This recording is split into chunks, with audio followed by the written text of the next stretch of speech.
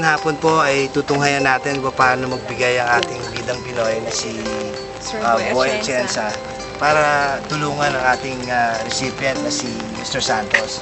Halika kayo, tingnan natin mga kasambahan. Kapit-bahay ko eh. Kumusta ka?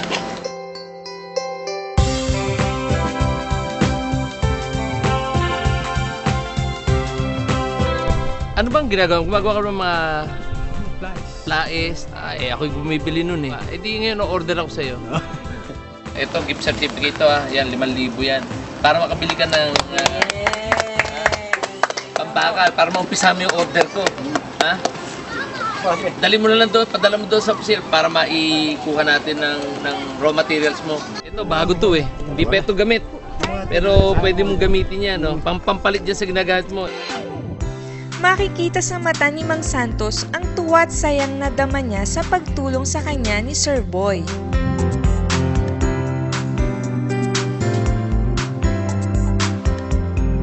Napakalaking tulong po na ibinigay sa atin ang ating bidang Pinoy. Salamat.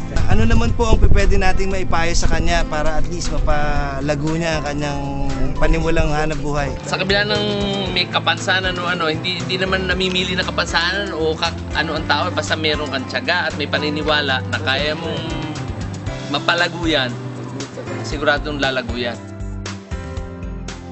Mula sa naibigay na tulong ni Sir Boy kay Mang Santos, ngayon ay makakagawa na ito ng marami pang plais at masusuportahan na ang pamilya at ang ina.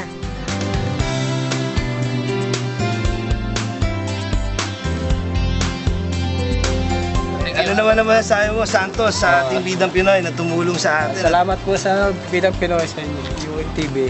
Salamat sa inyo.